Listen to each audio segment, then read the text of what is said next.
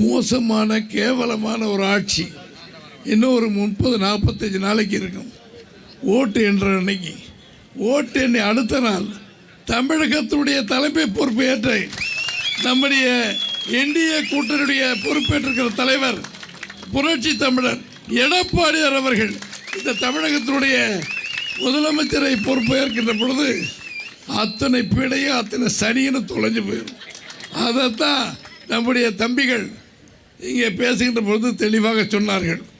முந்தாள் நடந்த அந்த ஒரு சகோதரி தூத்துக்குடியில் நடந்த சகோதரியில் சமாதானப்படுத்துறதுக்கு முதலமைச்சர் தங்கை அன்பு சகோதரி கனிமொழி அவர்கள், அப்புறம் இன்னொரு அமைச்சர் கீதா ஜீவன் 2 பேரும் அந்த ஊருக்கு போயிருக்காங்க. தைரியமாக போலீஸ் ஐயாலாம் கூட்டிக்கிட்டு.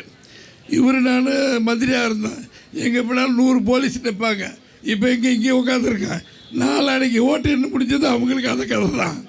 அதில் அவங்க சமாதானம் பண்ணுறாங்க. வெளியே போறியா இல்லைன்னு சொல்லி முதலமைச்சர் தங்கச்சியை கனிமொழியை எல்லோரும் சத்தம் போட்டு வெளியேற்றுறாங்க.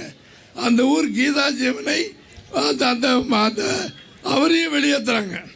அம்மா கொஞ்சம் கொடியெல்லாம் கொஞ்சம் கீழே பிடிக்கப்பா, ஓரமாக சைடில் போனேன். என்னப்பா முதல் போயிடுச்சு அவங்களுக்கு, கொஞ்சம் பிடிக்கப்பா, எல்லோரும் பார்க்கணும்ல, இன்னும் கொஞ்சம் கீழே இறக்கு பரவாயில்ல.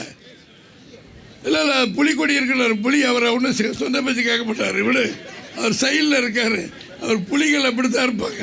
இந்த பாரதிய ஜனதா எங்கே இருப்பா. எனவே தோழர்களே, முந்தாள் நடந்த தூத்துக்குடி சம்பவமே இந்த ஆட்சி கேவலமானது என்பதற்கு கனிமொழியை அந்த இடத்திலிருந்து விரட்டி வெளியே போங்கள் என்று சொல்லி கனிமொழியையும் அந்த அமைச்சர் கீதா ஜீவனை வெளியேற்றதே சாட்சி. நம்பர் 1.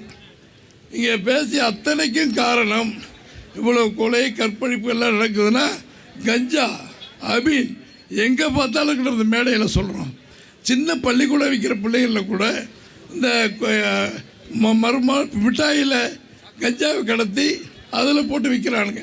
இதில் தான் இது மோசமான ஆட்சி நடந்துக்குன்னு சொல்லி இன்றைக்கி இந்தியாவில் இருக்கிற 82 மாவட்டத்தில் இந்த நிகழ்ச்சியை நம்முடைய கூட்டணி கட்சி தலைவர்களோடு மாண்புமிகு எடப்பாடி அவர்கள் அறிவித்து அழகாக நடந்துக்கிட்டு இருக்கு. இப்போது சென்னையில் எடப்பாடியார் பேசுகிறாரு, நயினார் நாகேந்திரன் அவர்கள் மதுரையில் பேசுகிறாரு, தம்பி பேராசிரியர் சீனிவாசன் திண்டிமாநகரத்தில் முழங்குகிறார். இப்படி ஒவ்வொரு ஊர்லேயும் ஒருத்தர் பேசுகிறாங்க. சென்ற நடந்து முடிந்த நாடாளுமன்ற தேர்தலில் பிஜேபி தனியாக நின்றார்கள், நாங்கள் தனியாக நின்னோம். இப்போ எங்களோடு இருக்கிற அத்தனை கூட்டணி கட்சிகளும், சில கட்சிகள் பிஜேபியோடு இருந்தது, சில கட்சிகள் எங்களோடு இருந்தது. இப்போ அத்தனை கட்சிகள் சேர்ந்ததற்கு பிறகு கருத்து கணிப்பு நேற்றைய தினம் வந்து நம்முடைய செய்தி குறிப்பிலே சொல்லியிருக்கிறார்கள். அனைத்து இந்திய அண்ணா திமுக கூட்டணி, இந்திய தேசிய ஜனநாயக கூட்டணி 50%